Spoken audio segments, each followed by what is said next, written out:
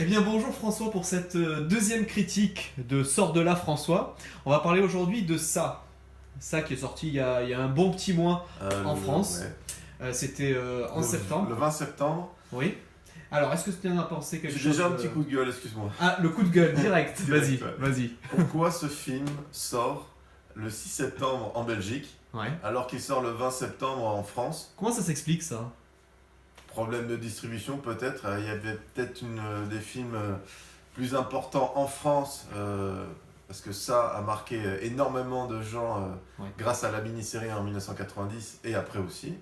Donc je ne comprends pas. Donc faudrait qu'on m'explique quelqu'un m'explique, ou quelqu'une, Oui.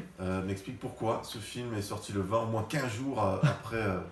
Parce que ça peut inciter au piratage, à aller le voir en streaming. Donc, Alors toi c'est tu complètement con. l'as vu et qu'est-ce que tu en as pensé? Tes premières impressions après être sorti de là? Est-ce que c'est le jour et la nuit par rapport au film, au remake des années 90?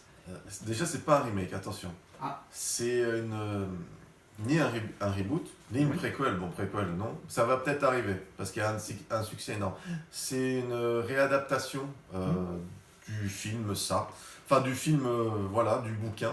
Parce que le premier Ça, qui est sorti en 1990, donc c'est une mini-série de 3 heures, était beaucoup trop, on va dire, elle était glauque, elle était tendre, mais elle n'était pas assez transgressive. C'est-à-dire que j'ai dit le remake, tu m'as mis le mot dans la bouche. La nouvelle monture, on va dire, eh bien, elle est vraiment plus violente, elle est moins tendre avec les gosses, Oui. parce que c'est un film avec des gosses qui se font malmener de bout en train, et Et de bout en bout, mais parce que de bout en train, c'est une autre expression. je l'ai inventé aujourd'hui. Merci beaucoup. Excusez-moi. C'est-à-dire que tu l'as trouvé. Est-ce qu'on peut le considérer comme un film d'épouvante, d'angoisse ou d'horreur? Est-ce qu'on Alors, peut aller jusque-là? alors, à contresens de ce que disent certaines personnes, le film ne fait pas peur. Alors oui, il ne fait pas peur, mais quand vous voyez des gamins, bon, ça, je pense que déjà tout le monde l'a vu parce que ça fait un bon mois qu'il est sorti. Un garçon, enfin un petit gosse, je pense qu'il a 10 ans, 9 ans, enfin je sais plus quel âge a Georgie dans la première scène culte, Oui. dans la première scène dans le bouquin elle y est, et même dans la mini-série. Quand on le voit se faire arracher un bras, un gosse qui se fait arracher un bras, déjà première scène, t'es pas bien. Tu le vois, tu vois le clown dans les égouts qui le prend comme ça par le pied et qui le ramène avec le bras et le sang qui coule dans la flotte. Déjà déjà t'es... Bon, c'est peut-être pour moi la meilleure scène, la plus macabre, enfin la plus glauque qui puisse arriver pour un gosse. Oui. Après, il y a des tas de séries, des tas de scènes où t'as un gosse qui tombe enfin, d'un étage, qui se fait casser le bras, puis le clown il joue avec son bras, il rigole et tout, il fait semblant de le mordre parce qu'il faut rappeler que ça c'est pas un clown, c'est une créature qui vient depuis enfin Qui vient de. depuis 1900, dans le bouquin je crois que c'est 1900, je sais plus, c'est depuis le 20e siècle. Oui.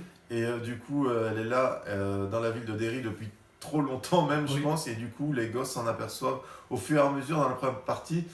Ça joue avec la peur des gosses.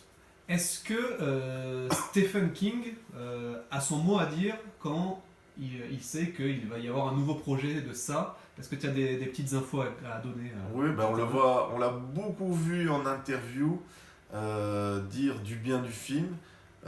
Quand on le voit faire ça, mais c'est-à-dire d'insister, je trouve que c'est déjà bon signe parce qu'il ne l'a pas fait avec La Tour Sombre que je n'ai pas vu, qui apparemment, bon, il y en a certains qui ont aimé, donc ça révèle du troll, donc tu le citeras tout à l'heure. Oui. Je pense que je ne l'ai pas vu honnêtement, mais d'après ce que j'ai entendu, c'est pas bien, c'est un mauvais film. Mais je crois que c'est même pas tu en rigoles quoi, mais ça doit être un navet. Donc ça peut être, si jamais il sort, peut-être que j'en ferai une chronique, puisque Oui. c'est un Stephen King, mais c'est pas le sujet. Après, c'est cette année est même sorti donc La Tour Sombre et ça, donc 2 films de Stephen King. Et il y a aussi trois choses qui sont sorties sur Netflix. Donc il y a l'univers Stephen King qui est en train de s'étendre avec le succès de ça qui est en train de cartonner, qui a coûté 35 millions de dollars et qui a rapporté, donc seul aux États-Unis, c'est intéressant, au sol américain, 315 millions de dollars. C'est Ouais. beaucoup pour les internautes. Pour bien expliquer, est-ce que ce film d'horreur est un des plus gros succès, enfin des films d'horreur entre guillemets, de ces dernières années?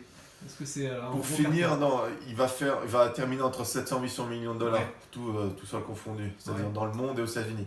Est-ce que c'est le film le plus rentable de tous les temps? Non, mais franchement, c'est l'un top 5 des films les plus rentables. Il a dépassé L'Exorciste, parce Ah que oui. c'était l'un des films aussi plus rentables d'horreur à l'époque. Sachant que le film il est interdit au moins de 12 ans, et là-bas, aux États-Unis, ils rigolent pas avec ça.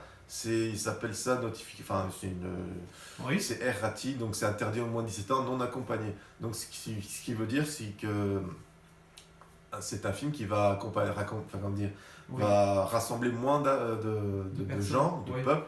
Du coup, ça fera moins d'argent. Plus le film est long aussi, par exemple, et plus tu auras moins de séances de cinéma, t'auras moins de... C'est ça, plus ton film est court, plus tu auras de séances, tu vois, tu auras une séance supplémentaire. Ah, d'accord. Ça, voilà, tu vois, donc il y a ça Il aussi. dure combien de temps Il me semble 2h15. Ah, 2h15 quand Ouais, même. ouais. Ah, d'accord. Sachant qu'il y a le générique aussi, Oui. et qu'avec le générique, il faut compter au moins 2h05 de film. Alors, on va faire un tout petit jeu, un nouveau jeu. Regardez, nous sommes en direct et on va jouer au petit top ou flop. Je vais te Allons-y, donner. Soyons fous. Voilà, alors tu peux montrer ma belle écriture, bien entendu, à la jante féminine. Merci beaucoup. On le voit bien. Oui, Voilà, coucou. top ou flop. Merci beaucoup. Merci d'être passé. Vous êtes sympa. Première question, top ou flop pour toi, le casting de ce film? Mais Alors, top. bien Pourquoi? devant et bien. Voilà, top.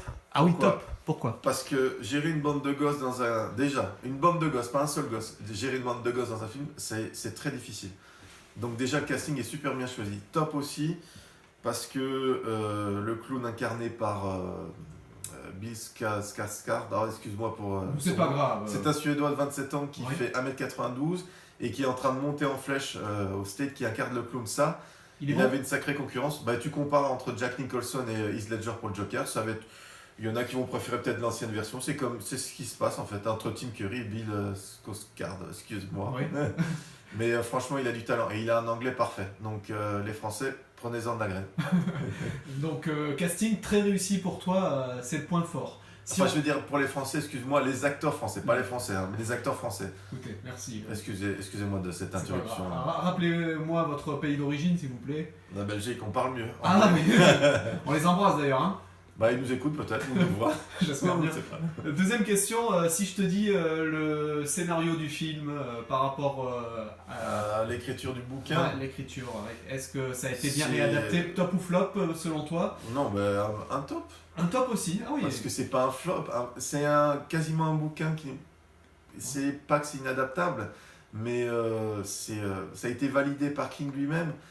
Le scénario, il y a des prises de risque, je veux dire, il y en a qui parlent de trahison. Oui, il y a des trahisons, il y a des personnages qui sont un peu absents, comme Mike, c'est vrai, on le voit pas assez, et comme Stan, où je le trouve vraiment, le personnage dans la mini-série, où il était beaucoup plus, comment dire, on sentait qu'il avait vraiment la frousse, il avait peur. Là, on dirait que c'est un personnage objet qui ressent rien. Mais dans la deuxième partie, on nous réserve beaucoup de surprises qui sort en 2019, voilà, par le même réalisateur Andrés Butecki, un Argentin. Très bien, il fait. C'est Je ne plus, sais pas si c'est le bon accent. Non, parce que ça fait plus grec dit comme ça, mais on aime bien. Et ce réalisateur, pardon, qui a Oui. fait Mama, Ah. je n'arrive pas, c'est vrai, hein, je n'arrive pas à le continuer parce que je le sens pas. Il y a un truc que je ne sens pas qui a été produit et qui est encouragé par Guillermo del Toro, qui est réalisateur du Labyrinthe de Pan, Oui. de Hellboy, et qui a participé pour la première partie il était sur The Hobbit, Oui. il n'a pas pu le faire, je pense qu'avec Peter Jackson, c'est un autre détail, pour certaines divergences, Oui. ils ne sont pas bien entendus. Du coup, voilà, il est là, il fait ses petits films à lui, et il est très respecté. Il a fait aussi Blade 2. Ok. Voilà. Ah, bah écoute. Un Marvel, c'est un Marvel. C'est un Marvel. Pour finir sur ce top ou flop, si je te dis le décor, est-ce que c'est plutôt un top ou un petit peu un flop? J'ai l'impression que tu es un petit peu moins fan. C'est mi-figue, mi-raisin, je peux Ah, dire. bah, écoute, on J'ai a pas pas de envie de figue. dire flop ou top. Ouais. Mais j'ai envie de dire entre les deux. Pourquoi? Non, en fait, vu le budget, j'ai envie de mettre un petit top. Voilà, petit top. Pourquoi le budget était 2? 35 millions de dollars, Ouais. c'est très ric-rac dans le monde de l'industrie, cinématographique, surtout aux États-Unis. Parce que 35 millions de dollars, il y a le casting, il y a tous les moyens. je fais en général, peut-être que je ne suis pas assez renseigné, il y a les moyens techniques, la pellicule ça coûte, les plans ça coûte, les cachets des acteurs. Bon, il n'y avait pas d'acteurs connus, du coup, je pense que ça a dû coûter entre 5 et 8 millions. Après, il faut les autorisations de tournage. Ils l'ont tourné au Canada, il me semble, d'après ce que j'ai entendu. Je ne sais plus où la ville, excusez-moi. Et les décors sont très bien gérés. C'est très bien géré. C'est surtout la photo chez Fob qui met bien en valeur ses décors. Et ça, avec le budget, je trouve que c'est très très bien géré. Après, les décors en eux-mêmes sont... Il n'y a pas forcément... Il y a des décors macabres. Il n'y a pas un truc assez étendu. Je veux dire, on le verra dans la deuxième partie. Il aura plus de budget. Il aura plus de choses à raconter, à nous montrer surtout. Et on nous annonce un director's cut du premier de 15 minutes. Donc je suppose la Warner va lui donner plus de budget pour le deuxième pour tourner des scènes supplémentaires pour le premier. Donc ça va faire, mais je suis pas sûr qu'ils vont s'arrêter à la deuxième partie parce que la première partie du film, c'est sur les enfants, ce qu'on vient de voir. La deuxième partie, c'est sur les adultes. Ouf. Donc 20 ans plus tard, après il y a des idées de casting et tout, ça part dans tous les sens. En parlant de ça, justement de ce côté génération, bah, je t'en prie, prends tes pancartes Troll ou Génie. Je rappelle le concept. Troll, c'est un commentaire qui n'a pas sa place selon toi dans l'industrie de YouTube. Et Génie, c'est vraiment un gros coup de cœur par rapport à ce commentaire. Si je te dis, ce n'est pas un film d'horreur, mais un film qui raconte le passage à l'âge adulte. Est-ce que tu es plutôt d'accord? Je suis d'accord, bah, c'est pas que c'est du génie, c'est une bonne remarque. Oui. Mais je m'attendais à une meilleure. Non, je rigole. Non, c'est une très très bonne remarque. Oui. C'est que c'est vraiment, ça résume tout ça, c'est que c'est des gens qui voient, c'est des gosses qui voient l'horreur, mais vraiment une horreur sans l'aide des parents. Ils se font harceler aussi. Hein. Il y a une fille qui se fait harceler par son père. Bon, c'est dans le bouquin aussi, c'est bien retranscrit. Et pour vaincre cette peur, quand ils sont isolés, en fait, c'est le loser club. Ouais. C'est-à-dire que vu quand ils sont ensemble, bah, ils ont une force supplémentaire. Et on le voit, ils sont plus forts, ils sont... Quel est le mot que tu as employé, pardon? Le loser club? C'est le loser club, ben, c'est dans le bouquin. Enfin, c'est le club des paumés, voilà. Ils appellent le loser club, voilà, ça s'appelle... C'est comme dans la mini-série, ils appellent ça... Enfin, je sais pas si je m'en souviens, ils appellent ça, oui... Faut voir la traduction en français, oui. Alors, parce que je l'ai vu en anglais, excusez-moi. C'est pas grave. En tout cas, très bel accent. Merci d'être passé avec cet accent. Super, hein. J'adore. Je sais pas, je l'ai même pas ressorti dans la bouche. On va pas savoir. Pardon, excusez-moi. C'est pas grave. J'avais une petite question pour finir. Un autre petit commentaire qui nous dit Durandal n'a pas aimé, il faut absolument que j'aille le voir. Est-ce que... Ouais, non, c'est du génie, ça. C'est du génie. Oui, parce que Durandal, Durandal, maintenant on lui fait de la pub maintenant. Ah oui, excusez-moi. Il a son avis, mais après... C'est un critique cinéma, on le rappelle, qui a beaucoup d'abonnés. C'était, ouais, mais...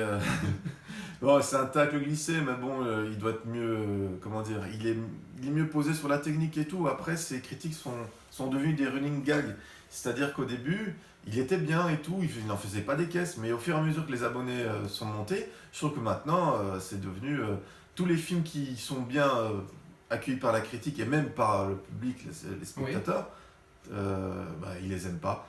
Par exemple, il aime beaucoup La Tour Sombre. Voilà, donc il est à contre-courant, tu penses, par souci du buzz ou... Il veut faire du buzz, enfin il veut faire un bad buzz. Je pense que c'est ça.